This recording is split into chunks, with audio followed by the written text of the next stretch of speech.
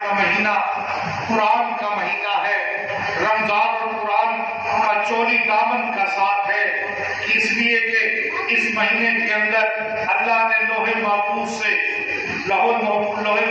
سے سارا قرآن لیلۃ القدر کی رات نازل کیا، اور اس وقت بڑی ضرورت ہے کہ قرآن مجید ہم خود بھی پڑھیں، اپنی آل اولاد کو بھی پڑھائیں، قرآن کے معنی اور مطالب کو سمجھیں، اور قرآن کے معنی اور مطالب کے مطابق، قرآن کے دستور اور منشور کے مطابق ہم زندگی گزاریں۔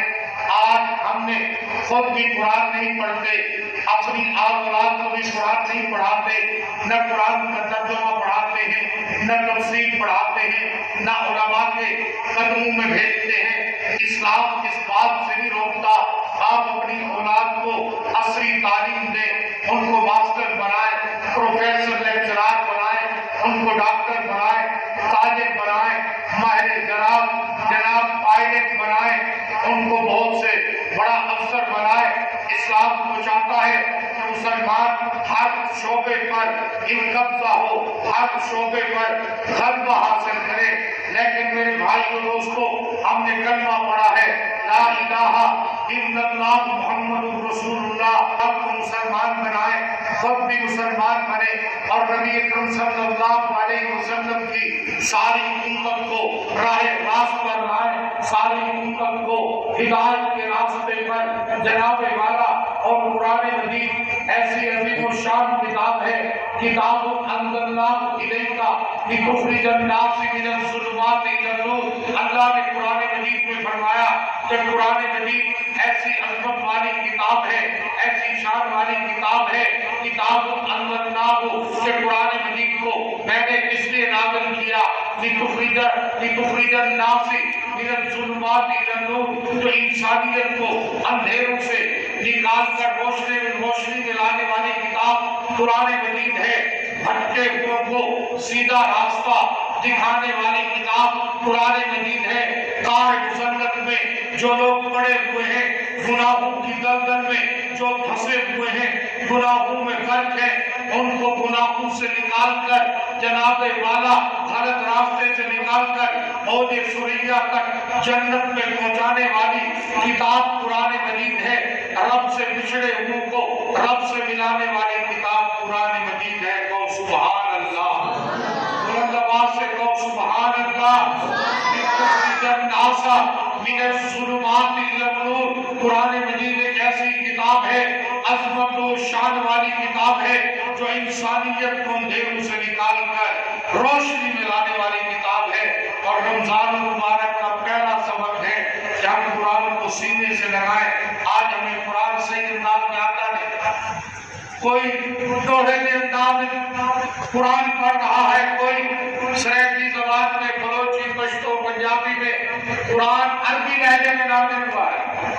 میری بوڑھوں سے، بڑی عمر والوں سے درخواست ہے، بچوں کو تو قرآن پڑھاتے ہو، خود بھی قرآن سیکھو۔ یہ جامعہ شہر کے درخواست سے کتنے قاری صاحبان بیٹھے، اور ان کے قدموں میں یہ دینی مدارس جو دین کی بقا کا ذریعہ ہے، جو قرآن کی تعلیمات کی بقا کا ذریعہ ہے، آج چاروں طرف جو دین کی بہاریں ہیں، جو مساجد میں قرآن کی بہاریں ہیں، وہ مدرسے اور مولوی کے ساتھ ہیں۔ سبحان اللہ۔ عالم قرآن کون تیار کرتا ہے؟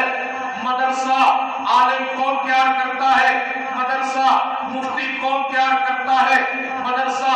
دیکھ کر آپ قرآن پڑھتے ہیں، کون تیار کرتا ہے؟ مدرسہ اور مولوی۔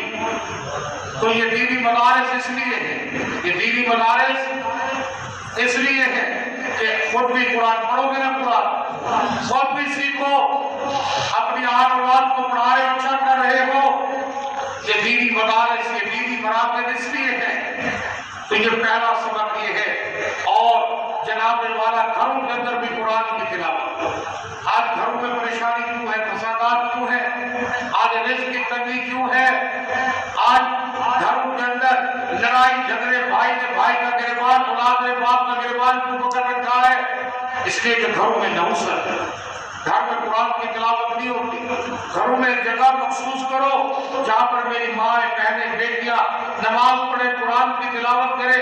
آپ بھی جب کبھی گھر میں جائیں تو نوافل وہاں پڑھا کریں۔ آج وہ گھروں میں خرابات ہیں، جاندار تصاویر، ٹی وی، کیبل، لچر بے ہدا ڈرامے۔ جس گھر میں جاندار تصاویر ہوں، ٹی وی، کیبل، ڈرامے دیکھے جاتے ہوں، اس گھر میں رب کے رحمت کے فرشتے نہیں آتے۔ جب جس گھر میں رحمت کے فرشتے نہیں آئیں گے، برکتیں کیسی آئیں گی؟ آج مصائب و آلات کیوں ہے؟ آج بیماریاں کیوں ہے؟ آج تکالیف کیوں ہے؟ اسی وجہ سے کہ گھروں میں رحمت کے فرشتے نہیں آتے، گھر میں قرآن کی تلاوت نہیں ہوتی۔ قرآن کی تلاوت کی برکت ہوگی، اللہ مصائب و آلات کے پہاڑ ختم کریں گے، بیماریاں ختم ہوں گی، رزق کی تنگی، بے روزگاری کا خاتمہ ہوگا، گھروں کے اندر فراوانی اور خوشحالی آئے گی۔